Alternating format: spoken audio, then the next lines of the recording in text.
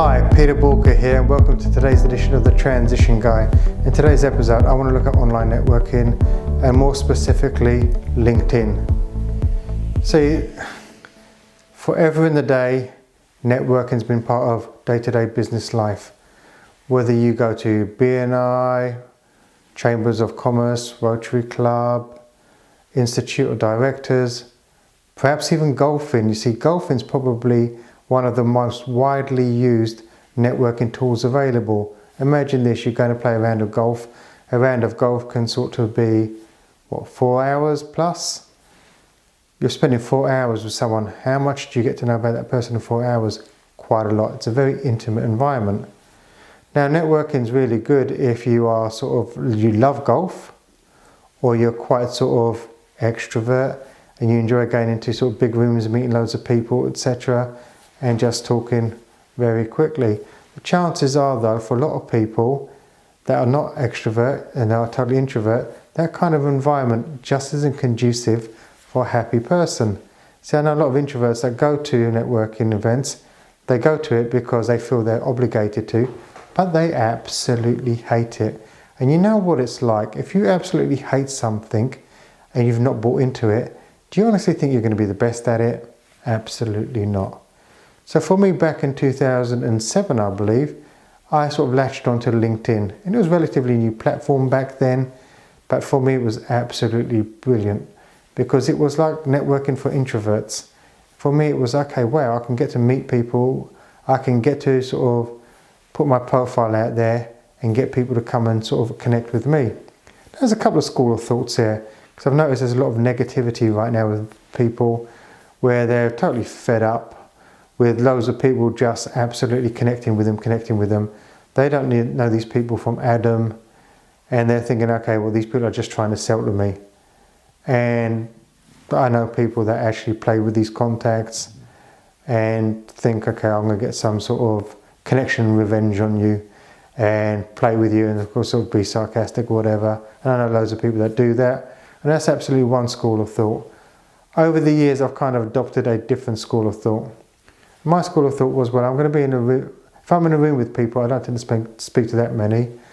And the chances are, the people that I don't necessarily get to speak to, I'm probably missing out. Because either I can add some value to their life somewhere down the line, or I'm missing out on the value that they can add to me. So when it came to online, I kind of decided, you know what, anyone that wanted to connect with me, it was absolutely fine, please do. And I accept everybody. The reason I do that is because I don't believe that a relationship is made in 1 or 2 messages. A relationship is made over time. And we've got to make the time to get to know people, build up trust, and build that relationship. And if I'm not connected to you in the first place, that's never going to happen. It's my loss, and quite potentially your loss. So I accept everybody. Now, I don't go out there and push my services on anybody. But then I say to myself, okay, how do I get people interested in my services? So what I decided to do years ago was spend a lot of time on my profile. So I'm constantly updating my profile. I make sure that all my experience is up to date. Any awards or accolades that I happen to win, I put them onto LinkedIn. So my profile is very current, very accurate, so to speak. So when people look at my profile, they know what I'm about, who I am, and what I have to offer. And then that puts the ball in their court. They can then make the fundamental decision, do they want to engage with me? And so for some people, they don't want to engage with me right now, and that's absolutely fine. But at some stage, I know that they will. The reason I know that they will is that I've been connected with people for so many years. And there's people I haven't spoken to maybe 3 or 4 years, but then for some reason something's clicked. And it may be, well, they want to get in contact with me because they want to discuss something, and then they've seen my profile over the years. It may well be that I've shared something of my clients. See, very often my clients are looking for talent. They've got jobs advertised and stuff. I always share their posts. And very often there's someone in my network that knows somebody that would be ideally suited for that role. So if I can help my clients by sharing it with my network, well, happy days, it's a win-win. But you've got to have that network in the first place. So it's about actually saying, okay, what do I want to do? Do I want to grow my network? How do I want to grow my network? I know people out there are really frustrated that perhaps they're on LinkedIn and it doesn't work for them. You've got to look at why it doesn't work for you. As I've said, I've built my business on LinkedIn. All my business mainly comes from LinkedIn. I mean, that is a big endorsement for that platform. But again, I made sure my profile is strong, but also make sure that I'm delivering content to people. So for me, I'm either sharing other people's articles, I'm either posting my own videos, etc.